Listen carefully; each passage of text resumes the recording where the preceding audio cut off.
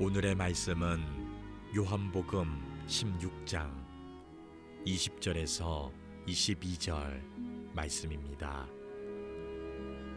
내가 진실로 진실로 너희에게 이르노니 너희는 곡하고 애통하겠으나 세상은 기뻐하리라. 너희는 근심하겠으나 너희 근심이 도리어 기쁨이 되리라. 여자가 해산하게 되면 그때가 이르렀으므로 근심하나 아기를 낳으면 세상에 사람 난 기쁨으로 말미암아 그 고통을 다시 기억하지 아니하느니라. 지금은 너희가 근심하나 내가 다시 너희를 보리니 너희 마음이 기쁠 것이요 너희 기쁨을 빼앗을 자가 없으리라. 아멘. 성탄을 기다리는 대림절, 우리 강림절 두 번째 주일입니다. 여러분, 우리 1월 달에 보통 세상 달력은 한 달을 시작하잖아요. 그런데 워낙 교회력은 이 대림절, 강림절서부터 시작을 합니다. 그러니까 우리가 두 번째, 교회력으로 따지면 두 번째 주일을 맞이하는 거죠. 그리고 우리가 지난 11월 첫째 주에 저희 광교 꿈의교회는 창립 주일을 했었는데, 우리 안산 꿈의교회가 창립 28주년이고 C2C 교회가 또 창립 1주년이 되는 주일이라고 합니다. 우리 꿈의교회 신앙 공동체를 세우신 우리 모든 성도님들께 축하의 말씀을 드리고 또 모든 감사와 영광을 우리 하나님께 드립니다. 우리 김문겸 목사님 말씀하신 것처럼 이 코로나 이후에 우리가 벌써 이제 두 번째 성탄절을 맞습니다. 여기 이렇게 보면 우리 크리스마스 표 같은 Joy to the World라는 말이 보이시죠?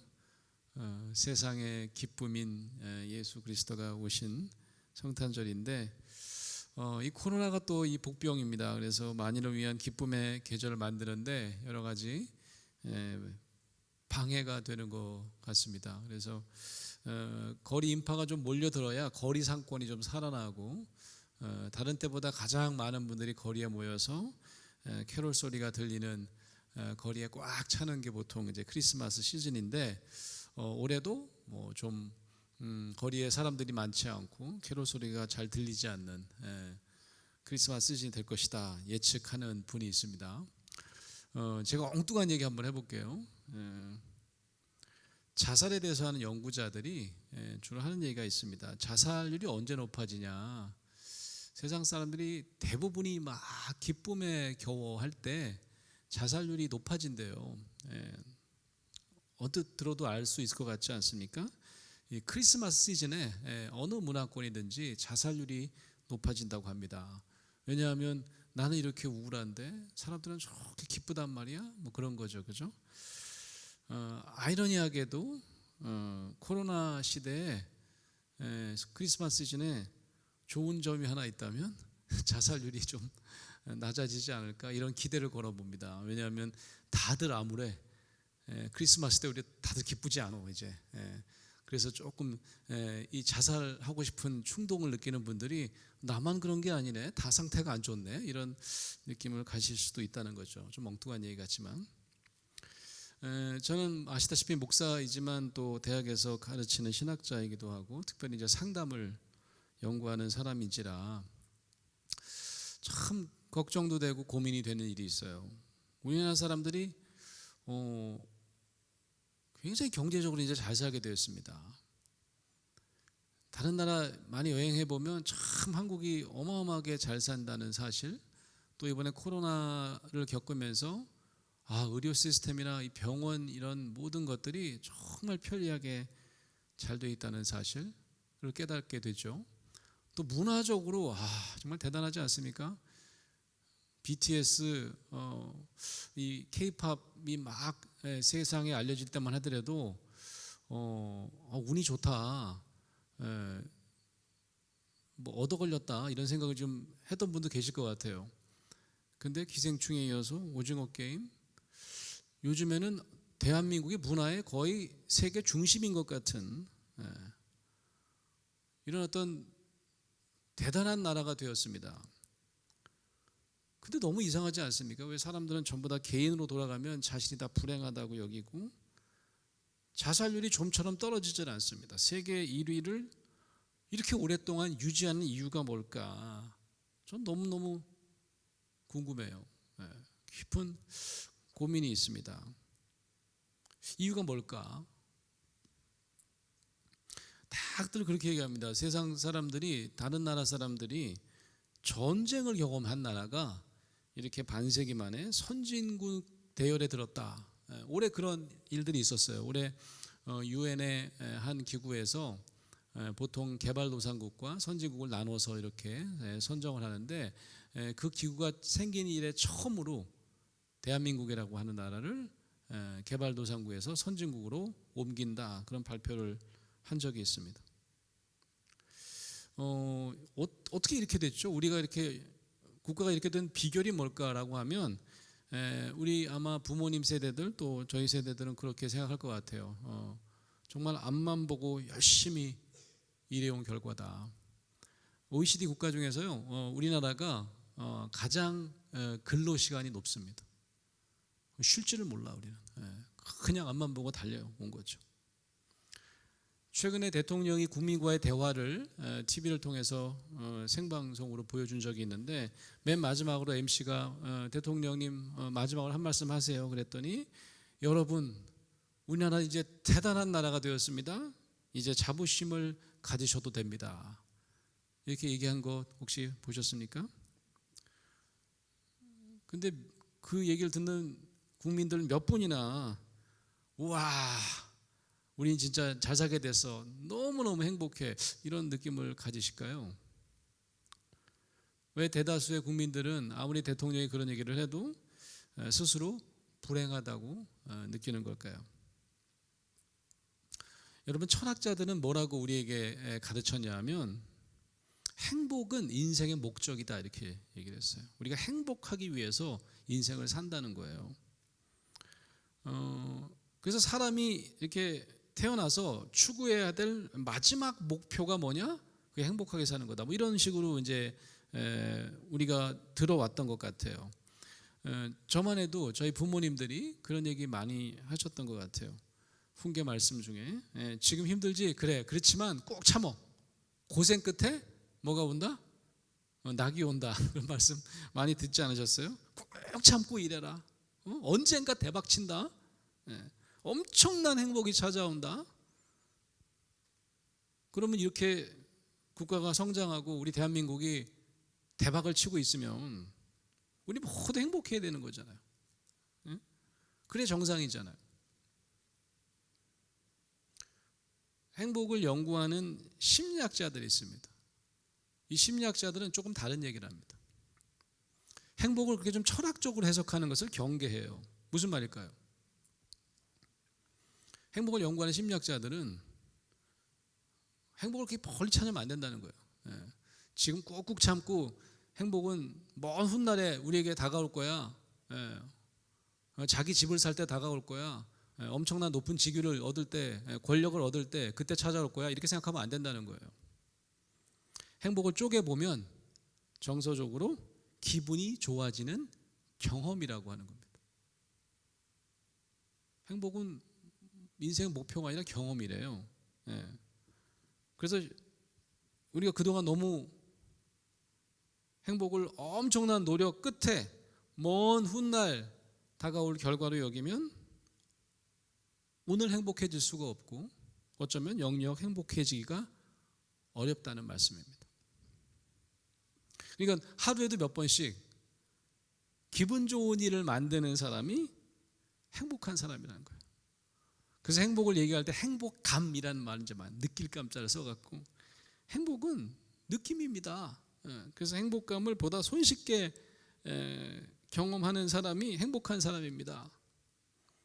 행복은 인생의 엄청난 성공이, 대박이 가져다주는 결과라기보다는 성공을 이루어가는 과정 중에 경험하게 되는 소소한 기쁨이다 라고 하는 거죠. 그래서 요즘에 이렇게 소확행이라고 하는 말을 쓰게 됐는지도 모르겠어요. 일상의 작지만 확실한 행복을 찾는 것이 중요하다 뭐 이런 거죠. 여러분은 어떻게 생각하십니까? 요즘 우리의 자녀들이 소위 MZ 세대들이라고 하는 그 젊은 세대들이 조금 소확행을 더 많이 추구하는 것 같아요. 어쩌면 젊은 세대들이 우리보다는 조금 더 행복감을 느낄 가능성이 많은 것 같아요. 첫 월급을 탑니다. 첫 월급을 타면 우리 때는 뭐라 했냐면 빨리 은행 가라. 은행 가가지고 적금부터 들어라. 첫 월급 뭐 다 쓰려고? 절반 쪼개 가서 절반만 써야 돼. 근데 요즘 친구들은 적금이 뭔지도 모를 거예요, 그죠? 첫 월급 내가 다 써야지. 뭐 이런 거 있잖아요. 여행 가야지. 먹고 싶은 거 맛집 투어 해야지. 그러면 우리 부모님 세대는 쯧쯧쯧 쟤 어쩌려고 저래? 응? 너 오늘이 즐거우면 내일이 즐겁지 않다. 뭐 이런 거죠, 그죠? 그런 분들이 아직도 많으신 것 같습니다. 저는 우리 대한민국 사람들이 자꾸 이 불행하다고 느끼는 이유는 심리학적으로 얘기하면 기쁨의 빈도수가 작지 않다는 이유인 것 같아요. 또 하나를 제가 찾자면 우리는 이 기쁨이 생성되는 원천이 늘 저 바깥에 있습니다. 외부로부터 비롯되는 경우가 많아요. 기쁨의 원천이 다 밖에 있습니다. 남이 우리를 알아줄 때 우리는 제일 기뻐하는 것 같아요. 남이 우리를 알아줘야 돼요. 제가 여기서 이렇게 스스로 느끼는 기쁨, 내 안에서 막 샘솟는 기쁨, 이런 거 그렇게 중요하다고 생각하지 않습니다. 남이 알아줘야 돼요. 그러니까 우리는 늘 이렇게 남이 외부가 우리를 쳐다보고 있으면 굉장히 그 시선이 냉혹해집니다. 우리를 비판적으로 볼 거라고 생각을 더 많이 해요. 그러다 보니까 우리 스스로 소소한 기쁨을 누리도록 놔두지를 않는 거죠. 제가 몇 주 전에 대학에서 이제 하는 프로그램에 이제 강연을 하러 갔는데 우리나라에서 사업을 하시는 일본 CEO더라고요. 일본 CEO들을 대상으로 제가 강연을 했는데요. 뭐 한국말 하시는 분도 있지만 뭐 잘 못 알아듣으니까 이제 동시 통역을 하더라고요. 강연 끝난 다음에 질문을 엄청나게 많이 하시는 거예요. 그 일본 이 CEO들이 일본 사람들과 한국 사람들을 굉장히 비슷한 것 같은 줄 알았는데 뭐 동양 사람들이니까 너무 다르다는 거예요.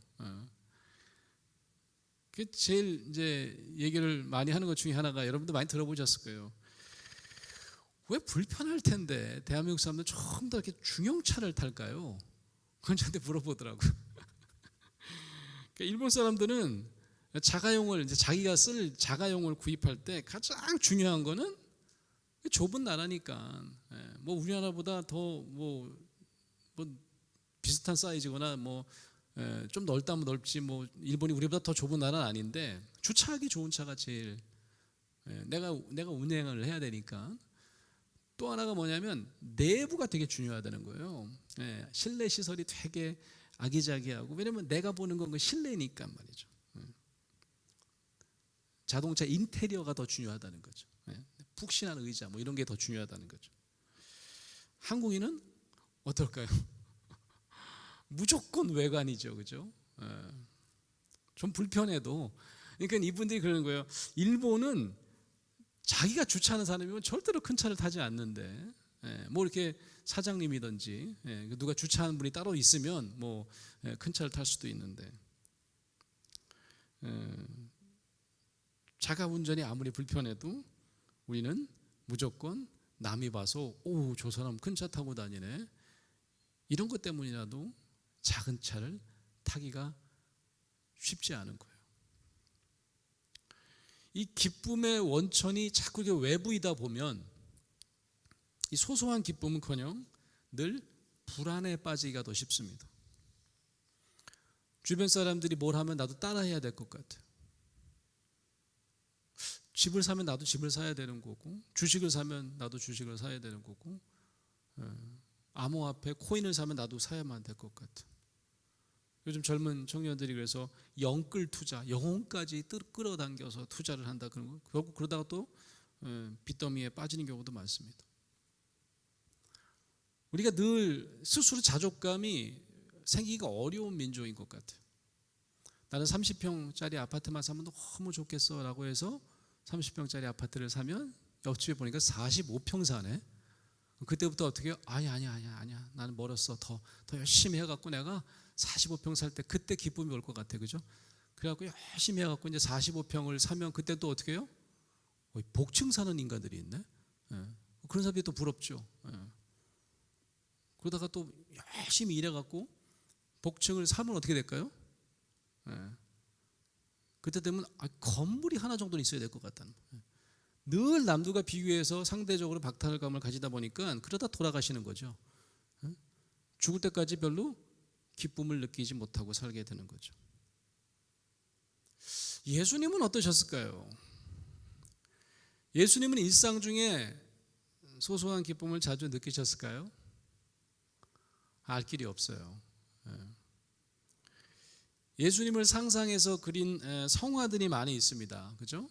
성화들을 보면 주로 예수님의 무표정한 그림이든지 예수님의 인자한 표정도 좀 있죠. 그죠?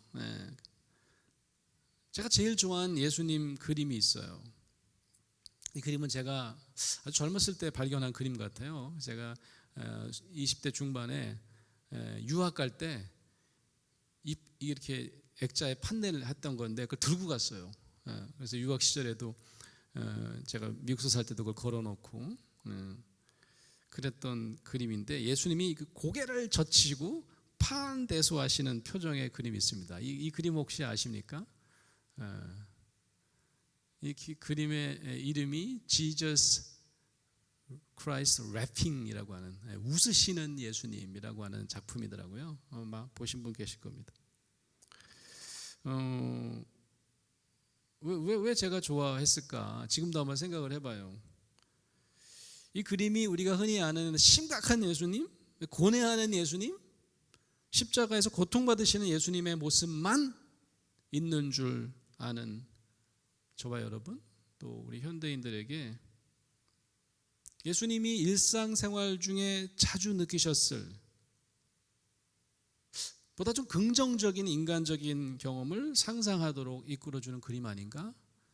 그런 생각이 들었습니다. 오늘 본문 말씀에 보면 예수님은 지금은 너희가 근심하나 내가 다시 너희를 보리니 너희 마음이 기쁠 것이요 너희 기쁨을 빼앗을 자가 없으리라. 22절 말씀이죠. 라고 제자들에게 말씀하는 장면을 우리가 본문 말씀으로 조금 전에 들었어요.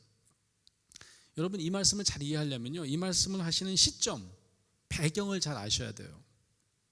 언제냐? 예수님이 이제 떠나실 때가 됐어요.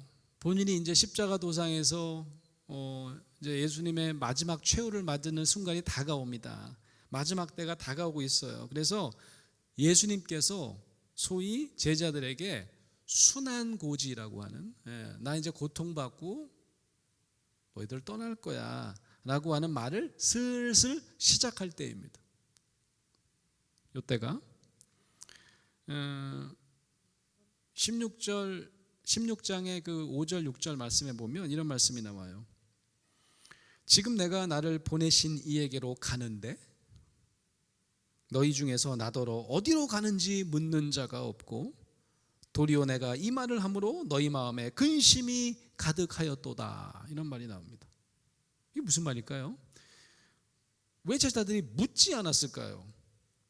예수님이 어디 가신대요. 나를 보내신 이에게로 가신대요. 왜 묻지 않았을까? 저 같았으면 바로 물어봤을 것 같아요. 어디 가세요? 물어봤을 것 같은데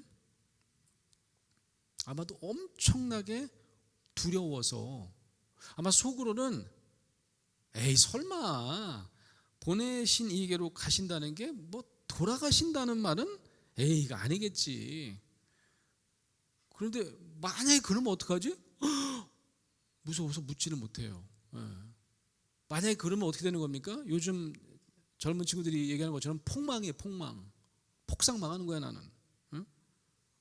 예수님은 그동안 내가 이 고생하면서 쫓아다녔는데 먹는 것도 잘 못 먹고 말이죠. 뭘 위해서? 먼 훗날 내가 대박 칠 걸 기대해서. 예수님이 뭐라 그랬어요? 내가 자꾸 이런 말을 하니까 너희 마음에 근심이 가득하였더라. 꿰뚫어 보신 거예요. 얘네들이 지금 묻지 않는데 엄청나게 지금 두려워하고 있구나 아신 겁니다. 자, 왜 제자들에게 근심이 찾아왔을까요? 좀 전에 얘기 드린 것처럼 예수님이 왕이 되시면 고생 끝나는 줄 알았어요. 고생 끝에 낙이 온다. 예수님이 왕 되신 날만 기다렸습니다. 예수님이 왕이 되시면 당연히 제자는 그 덕에 출세하고 성공하는 거예요. 대통령 후보들이 선대위를 구성하는 게 그렇게 어려운 이유 중에 하나입니다. 거기에 막 머리 디미는 사람들이 있다는 거예요. 결국 그 사람들은 어떻게 할까요?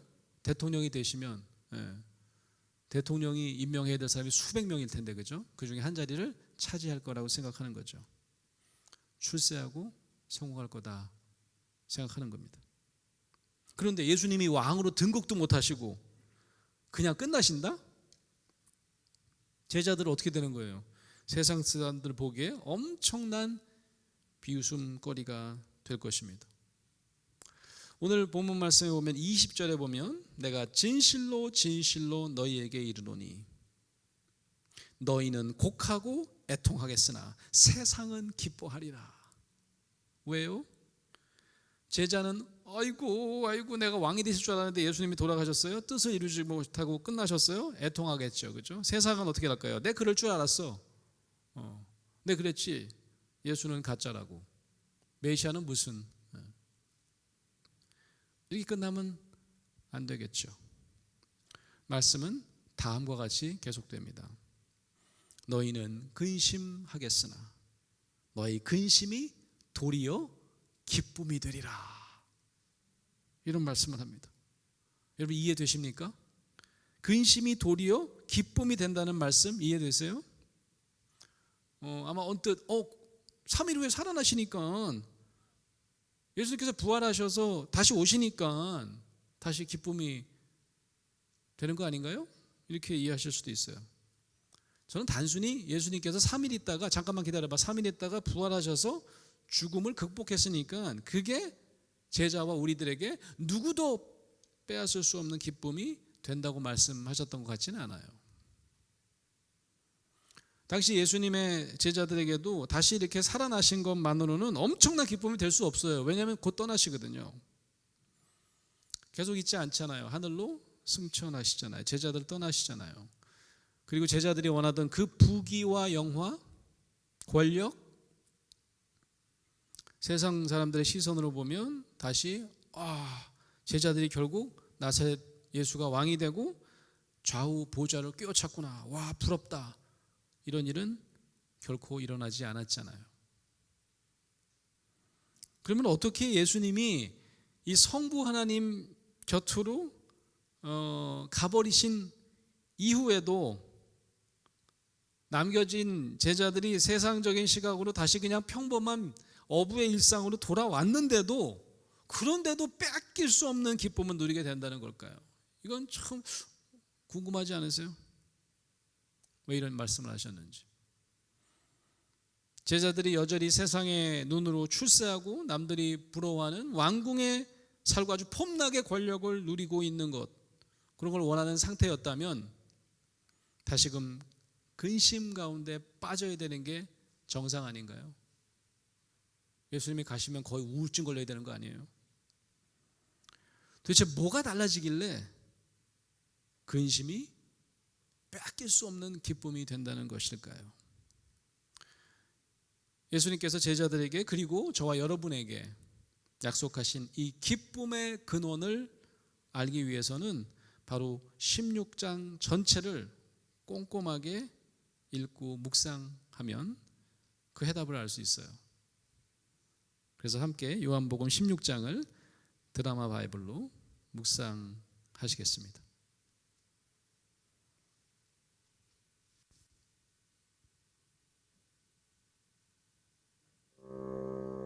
내가 이것을 너희에게 이름은 너희로 실족하지 않게 하려 함이니 사람들이 너희를 출교할 뿐 아니라 때가 이르면 무릇 너희를 죽이는 자가 생각하기를 이것이 하나님을 섬기는 일이라 하리라.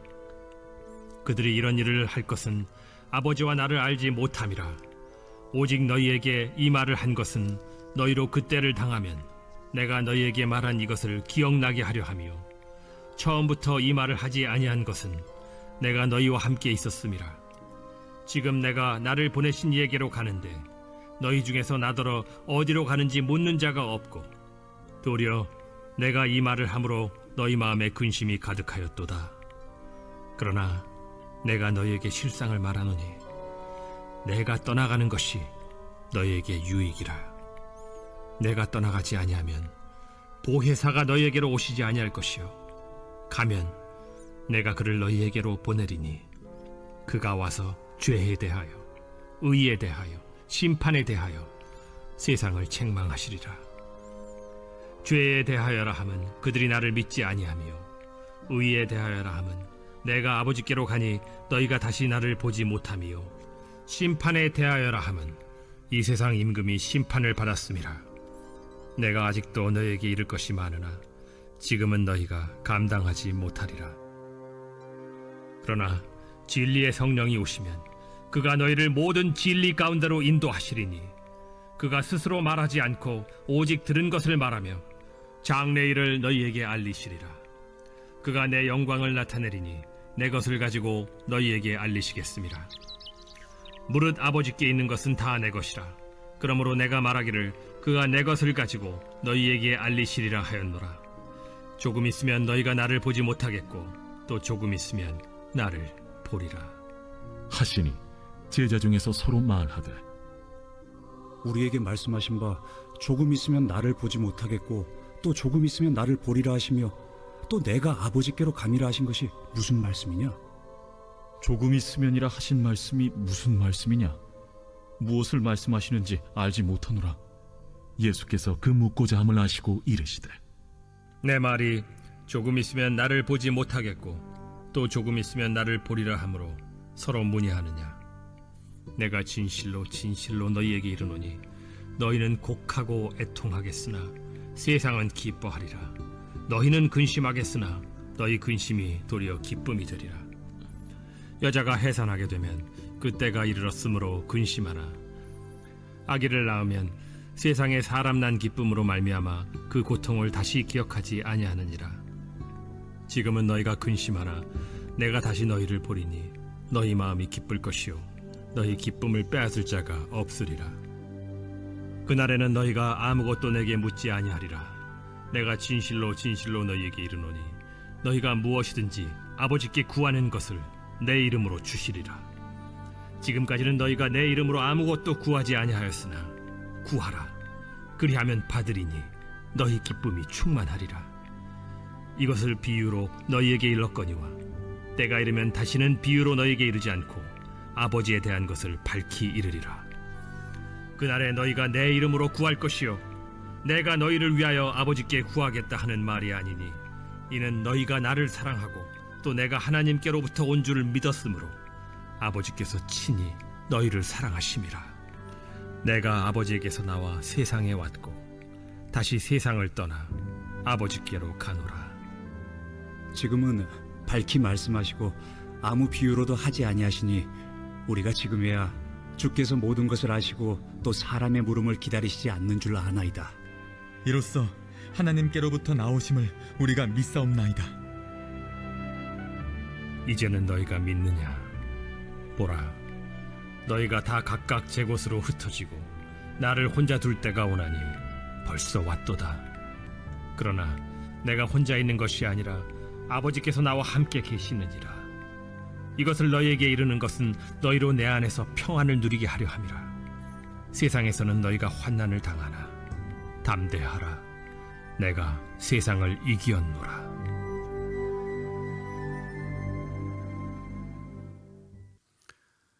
예수님께서 우리에게 약속하신 빼앗길 수 없는 기쁨은 과연 뭘까요?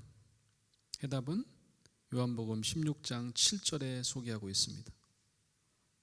내가 너희에게 실상을 말하노니 내가 떠나가는 것이 너희에게 유익이라. 이게 지금 뭔 말씀이래요? 왜 떠나가는 게 유익이죠? 내가 떠나가지 아니하면 보혜사가 너에게로 오시지 아니할 것이요 가면 내가 그를 너희에게 보내리니. 바로 제자들에게 그리고 저와 여러분에게 보내주셔서 지금 이 순간에도 우리 안에 살아계신 성령님이 우리가 매일 기뻐할 수 있는 이유입니다. 사랑하는 성도 여러분, 예수님이 이제 올해도 우리에게 마음에 찾아오세요. 예수님이 물리적으로는 한국 땅에 오시지 않으셨어요. 유대 땅에 오셨어요. 오래 계시지 않았습니다. 33년 계시고 곧 하늘 위로 승천하셨어요. 지금 이 시대에 우리와 시간을 보내시지도 않으셨고 이미 2000년 전에 왔다가 하늘로 가버리신 그 예수님이 특별한 기쁨을 우리에게 주실 수 있는 까닭은 바로 그가 보내신 보혜사 성령이 우리 안에 살아계시기 때문입니다. 기쁨의 근원이 늘 저 외부로부터 온다면 기쁨은 쉽게 사라집니다. 자꾸 세상의 잣대로 남과 비교해서 우리의 기쁨을 제한하시지 마시길 바랍니다. 세상의 잣대로 비교하면 우리의 재물과 우리의 권력, 지위가 높아질 때 기쁨은 점점 커질 것만 같지만 자꾸 좀 더 큰 목표를 향해 끝없이 불안해져 갈 뿐, 바로 지금 우리 마음에 진정한 기쁨은 생기지 않습니다. 기쁨의 근원은 바로 저와 여러분 마음속 깊은 곳에 있어야 합니다. 앞뒤 좌우를 살필 필요가 없어요. 매 순간 우리를 이끄시고 우리와 동행하시는 성령 하나님을 느끼시면서 사시는 저와 여러분 되시기를 간절히 축원합니다. 이미 예수님께서 우리에게 약속하셨고 우리 안에 이미 채워주신 성령 하나님은 세상 무엇과도 비교가 되질 않습니다. 오늘부터 겉모습만 보는 세상의 눈에는 도저히 알 수 없는, 그리고 빼앗을 수도 없는 내적인 기쁨으로 충만한 저와 여러분 되시기를 간절히 축원합니다. 아멘.